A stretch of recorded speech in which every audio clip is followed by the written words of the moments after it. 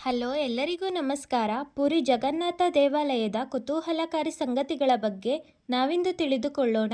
ಈ ದೇವಸ್ಥಾನ ಹಿಂದೂಗಳಿಗೆ ಮಾತ್ರನಾ? ಮುಂದೆ ನೋಡಿ. ದೇವಾಲಯದ ಪರಾಕಾಷ್ಠೆಯ ಸುದರ್ಶನ ಚಕ್ರದಲ್ಲಿ 2 ರಹಸ್ಯಗಳಿವೆ. ಮೊದಲನೆಯದು, 1 ಟನ್ ತೂಕದ ಗಟ್ಟಿಯಾದ ಲೋಹವು ಆ ಶತಮಾನದಲ್ಲಿ ಮಾನವ ಶಕ್ತಿಯೊಂದಿಗೆ ಯಾವುದೇ ಯಂತ್ರೋಪಕರಣಗಳಿಲ್ಲದೆ ಮೇಲಕ್ಕೆ ಏರುವುದು. ಎರಡನೆಯದು, ಚಕ್ರಕ್ಕೆ ಸಂಬಂಧಿಸಿದ ವಾಸ್ತುಶಿಲ್ಪ ತಂತ್ರದ ಒಂದು ಒಪ್ಪಂದ. ನೀವು ನೋಡುವ ಪ್ರತಿಯೊಂದು ದಿಕ್ಕಿನಿಂದಲೂ ಚಕ್ರವು ನಿಮ್ಮ ಕಡೆಗೆ ನೋಡುತ್ತಿದೆಯೇನೋ ಎನಿಸುತ್ತದೆ. ಪ್ರತಿಯೊಂದು ದಿಕ್ಕಿನಿಂದಲೂ ಒಂದೇ ರೀತಿ ಕಾಣುವಂತೆ ಇದನ್ನು ವಿನ್ಯಾಸಗೊಳಿಸಲಾಗಿದೆ. ಇನ್ನು ವಿಜ್ಞಾನಕ್ಕೆ ಸವಾಲಾಕುವ ಈ ಧ್ವಜ. ಯಾವುದೇ ಧ್ವಜವು ಗಾಳಿ ಬೀಸುವ ದಿಕ್ಕಿಗೆ ಅನುಗುಣವಾಗಿ ಹಾರುತ್ತದೆ ಎನ್ನುವುದು ಪ್ರತಿಯೊಬ್ಬರಿಗೂ ತಿಳಿದಿದೆ. ಇದು ಸಣ್ಣ ಧ್ವಜವೇ ಆಗಿರಲಿ ಅಥವಾ ರಾಷ್ಟ್ರಧ್ವಜವೇ ಆಗಿರಲಿ. ಆದರೆ ಜಗನ್ನಾಥ ದೇವಾಲಯದ ಮೇಲ್ಭಾಗದಲ್ಲಿ ಜೋಡಿಸಲಾದ ಧ್ವಜವು ಈ ತತ್ವಕ್ಕೆ ವಿರುದ್ಧವಾಗಿದೆ. ಈ ನಿರ್ದಿಷ್ಟ ಧ್ವಜವು ವಿರುದ್ಧ ದಿಕ್ಕಿನಲ್ಲಿ ಹಾರುತ್ತದೆ ಎನ್ನಲಾಗುತ್ತದೆ. ಮತ್ತು ಯಾವುದೇ ಪಕ್ಷಿಯಾಗಲಿ ಈ ದೇವಸ್ಥಾನದ ಮೇಲೆ ಹಾರಾಡುವುದಿಲ್ಲ. ಇದೊಂದು ಪಕ್ಷಿಗಳು ಹಾರಾಡುವ ಕ್ಷೇತ್ರವಾಗಿದೆ. ಪಕ್ಷಿಗಳು ಕುಳಿತುಕೊಳ್ಳುವುದು, ವಿಶ್ರಾಂತಿ ಪಡೆಯುವುದು ಮತ್ತು ತಮ್ಮ ತಲೆ ಮೇಲೆ ಮೇಲ್ಛಾವಣಿಯ ಮೇಲೆ ಹಾರಾಡುವುದನ್ನು ನಾವು ಯಾವಾಗಲೂ ನೋಡುತ್ತೇವೆ.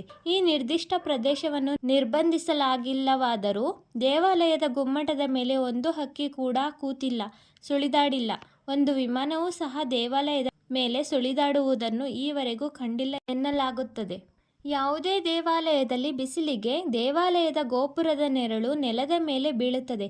ಆದರೆ ಈ ದೇವಾಲಯದಲ್ಲಿ ಎಷ್ಟೇ ಬಿಸಿಲಿದ್ದರೂ ನೆರಳೇ ಬೀಳುವುದಿಲ್ಲವಂತೆ. ಅಲ್ಲದೆ ಇಲ್ಲಿನ ಪುರೋಹಿತರು ಪ್ರಸಾದವನ್ನು ತಯಾರಿಸುವ ಸಾಂಪ್ರದಾಯಿಕ ವಿಧಾನವನ್ನು ಪಾಲಿಸುತ್ತಾರೆ. ಇಲ್ಲಿ ಪ್ರಸಾದವನ್ನು ಉರುವಲು ಬಳಸಿ ಬೇಯಿಸಲಾಗುತ್ತದೆ. ಆಶ್ಚರ್ಯವೆಂದರೆ ಮೇಲಿನ ಮಡಕೆಯ ಪ್ರಸಾದ ಬೆಂದ ನಂತರವೇ ಕೆಳಗಿನ ಮಡಿಕೆಯ ಪ್ರಸಾದ ಬೇಯುತ್ತದೆ. ಹಿಂದೂ ಪುರಾಣಗಳಲ್ಲಿ ಆಹಾರವನ್ನು ವ್ಯರ್ಥ ಮಾಡುವುದನ್ನು ಕೆಟ್ಟದ್ದೆಂದು ಪರಿಗಣಿಸಲಾಗುತ್ತದೆ.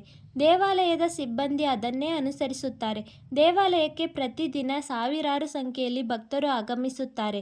ಆಶ್ಚರ್ಯಕರವಾಗಿ ಪ್ರತಿದಿನ ತಯಾರಿಸಿದ ಪ್ರಸಾದ ಎಂದಿಗೂ ವ್ಯರ್ಥವಾಗುವುದಿಲ್ಲ. ಇದು ಆಡಳಿತ ಮಂಡಳಿಯ ಉತ್ತಮ ನಿರ್ವಹಣೆಯೋ ಅಥವಾ ದೈವೇಚ್ಛೆಯೋ ತಿಳಿಯದು. ಹಿಂದೂಯೇತರರಿಗೆ ದೇವಾಲಯಕ್ಕೆ ಪ್ರವೇಶಿಸಲು ಅನುಮತಿಯಿಲ್ಲ.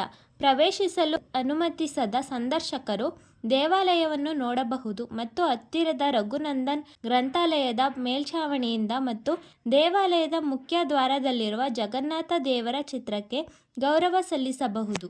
ದೇವಾಲಯದ ಮತ್ತು ಸುತ್ತಮುತ್ತಲಿನ ಪ್ರದೇಶಗಳಿಗೆ ವಿದೇಶಿಯರು ನಡೆಸಿದ ಆಕ್ರಮಣಗಳ ನಂತರ ಈ ನೀತಿ ಜಾರಿಗೆ ಬಂದಿತು ಎಂಬುದಕ್ಕೆ ಕೆಲವು ಪುರಾವೆಗಳಿವೆ. ಇನ್ನು ಸಿಂಹದ್ವಾರದ ಮೂಲಕ ದೇವಾಲಯವನ್ನು ಪ್ರವೇಶಿಸಿದಾಗ ಸಮುದ್ರದ ಅಲೆಗಳು ಕೇಳಿಸುವುದಿಲ್ಲ. ಆದರೆ ನೀವು ಹೊರಗೆ ಬಂದ ತಕ್ಷಣ ತಡವಿಲ್ಲದೆ ಸಮುದ್ರದ ಅಲೆಗಳ ಶಬ್ದ ಕೇಳುತ್ತದೆ. ದೇವಸ್ಥಾನದ ಅಡುಗೆ ಮನೆಯಲ್ಲಿ ಮಹಾಪ್ರಸಾದ ಮಾಡುವ ಪ್ರಕ್ರಿಯೆಯೂ ಕುತೂಹಲಕಾರಿಯಾಗಿದೆ. ಪ್ರಸಾದವನ್ನು ತಯಾರಿಸಲು ಮರದ ಒಲೆಯ ಮೇಲೆ 7 ಮಣ್ಣಿನ ಮಡಿಕೆಗಳನ್ನು ಒಂದರ ಮೇಲೊಂದು ಇರಿಸಲಾಗುತ್ತದೆ. ಎಲ್ಲವನ್ನೂ ಒಂದೇ ಬಾರಿಗೆ ಬೇಯಿಸಲಾಗುತ್ತದೆ. ಈ ಪ್ರಕ್ರಿಯೆಯ ಅಡಿಯಲ್ಲಿ ಪ್ರಸಾದವನ್ನು ಮೊದಲು ಮೇಲ್ಭಾಗದಲ್ಲಿ ಇರಿಸಲಾದ ಪಾತ್ರೆಯಲ್ಲಿ ತಯಾರಿಸಲಾಗುತ್ತದೆ. ಅದರ ನಂತರ 2ನೇ, 3ನೇ, 4ನೇ, 5ನೇ, 6ನೇ ಮತ್ತು 7ನೇ ಪಾತ್ರೆಗೆ ಪ್ರಸಾದವನ್ನು ತಯಾರಿಸಲಾಗುತ್ತದೆ. ಈ ದೇವಾಲಯದಲ್ಲಿ ರಥಯಾತ್ರೆ ವಾರ್ಷಿಕ ಮೆರವಣಿಗೆಯಾಗಿದ್ದು, ದೇವರನ್ನು ದೇವಾಲಯದ ಹೊರಗೆ 2 ಸೆಟ್ ರಥಗಳಲ್ಲಿ ಸಾಗಿಸಲಾಗುತ್ತದೆ. ಮೊದಲ ರಥವು ಜಗನ್ನಾಥ ದೇವಾಲಯ ಮತ್ತು ಮೌಸಿಮಾ ದೇವಾಲಯವನ್ನು ಬೇರ್ಪಡಿಸುವ ನದಿಯ ತನಕ ದೇವತೆಗಳನ್ನು ಒಯ್ಯುತ್ತದೆ. ಅದರ ನಂತರ ವಿಗ್ರಹಗಳನ್ನು ನದಿ ದಾಟಲು 3 ದೋಣಿಗಳಲ್ಲಿ ಸಾಗಿಸಲಾಗುತ್ತದೆ. ಈಗ 2ನೇ ರಥವು ದೇವರನ್ನು ನದಿಯಿಂದ ಮೌಸಿಮಾ ದೇವಸ್ಥಾನಕ್ಕೆ ಕೊಂಡೊಯ್ಯುತ್ತದೆ. ಹಾಗಾದರೆ ಈ ದೇವಸ್ಥಾನದ ರತ್ನಭಂಡಾರಿಯ ರಹಸ್ಯವೇನು? 1984ರಿಂದ ಜಗನ್ನಾಥ ದೇವಾಲಯದ ರತ್ನದ ಅಂಗಡಿಯನ್ನು ತೆರೆಯಲಾಗಿಲ್ಲ. ಈ ಬಗ್ಗೆ ಒಡಿಶಾ ಸರ್ಕಾರಕ್ಕೆ ಬಿಜೆಪಿ ಮತ್ತು ಕಾಂಗ್ರೆಸ್ ಹಲವು ಪ್ರಶ್ನೆಗಳನ್ನು ಎತ್ತಿದವು.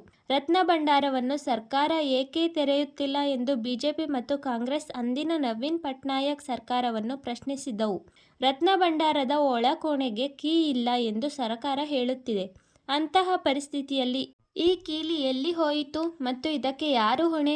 ಇಷ್ಟು ದಿನ ಸರಕಾರಕ್ಕೆ ಈ ದೇವಸ್ಥಾನದ ಖಜಾನೆ ಏಕೆ ಲೆಕ್ಕಕ್ಕೆ ಸಿಗುತ್ತಿಲ್ಲ ಎಂದು ಪ್ರಶ್ನಿಸಲಾಯಿತು. ಇದಾದ ಬಳಿಕ 2018ರಲ್ಲಿ ಒಡಿಶಾ ಹೈಕೋರ್ಟ್ ರತ್ನಭಂಡಾರ್ ತೆರೆಯಲು ರಾಜ್ಯ ಸರ್ಕಾರಕ್ಕೆ ನಿರ್ದೇಶನ ನೀಡಿತು. ಆದರೆ ಏಪ್ರಿಲ್ 4, 2018ರಂದು ನ್ಯಾಯಾಲಯದ ಆದೇಶದ ಮೇರೆಗೆ 16 ಜನರ ತಂಡವು ರತ್ನಭಂಡಾರ್ನ ಬಾಗಿಲು ತೆರೆಯಲು ತಲುಪಿದಾಗ ಕೀಲಿಕೈ ದೊರೆತಿಲ್ಲ. 2018ರಲ್ಲಿ ನ್ಯಾಯಾಂಗ ಆಯೋಗ ನೀಡಿದ ವರದಿಯನ್ನು ಒಡಿಶಾ ಸರ್ಕಾರ ಇನ್ನೂ ಏಕೆ ಬಹಿರಂಗಗೊಳಿಸಿಲ್ಲ ಎಂಬುದು ಬಿಜೆಪಿ ಮತ್ತು ಕಾಂಗ್ರೆಸ್ನ ಪ್ರಶ್ನೆ. ಬಿಜೆಪಿ ಮತ್ತು ಕಾಂಗ್ರೆಸ್ನ ಆರೋಪದ ಮೇಲೆ ನವೀನ್ ಪಟ್ನಾಯಕ್ ಅವರ ಪಕ್ಷ ಬಿಜು ಜನತಾದಳ ಅಂದರೆ ಬಿಜೆಡಿ 1985ರಿಂದ ರತ್ನಭಂಡಾರವನ್ನು ತೆರೆದಿಲ್ಲ ಎಂದು ಹೇಳಿದೆ. ಜಗನ್ನಾಥನ ಹೆಸರಿನಲ್ಲಿ ಬಿಜೆಪಿ ರಾಜಕೀಯ ಮಾಡುತ್ತಿದೆ ಎಂದು ಆರೋಪಿಸಿದೆ. ಕಳೆದ ವರ್ಷ ಆಗಸ್ಟ್ನಲ್ಲಿ ಜಗನ್ನಾಥ ದೇವಾಲಯದ ಆಡಳಿತ ಸಮಿತಿಯು 2024ರಲ್ಲಿ ವಾರ್ಷಿಕ ರಥಯಾತ್ರೆಯ ಸಮಯದಲ್ಲಿ ರತ್ನಭಂಡಾರವನ್ನು ತೆರೆಯುವಂತೆ ರಾಜ್ಯ ಸರ್ಕಾರಕ್ಕೆ ಶಿಫಾರಸು ಮಾಡಿತು. ಇತ್ತೀಚಿನ ವಿಧಾನಸಭಾ ಚುನಾವಣೆಯ ನಂತರ ಒಡಿಶಾದಲ್ಲಿ ಸರ್ಕಾರ ಬದಲಾಗಿದೆ.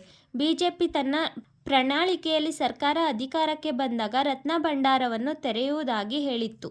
ಇಲ್ಲಿಯ ತನಕ ಈ ವಿಡಿಯೋ ನೋಡಿದ ನಂತರ ಎಲ್ಲರಿಗೂ ಉಂಟಾಗುವ ಪ್ರಶ್ನೆ, ರತ್ನಭಂಡಾರವನ್ನು ಏಕೆ ತೆರೆಯಬೇಕು?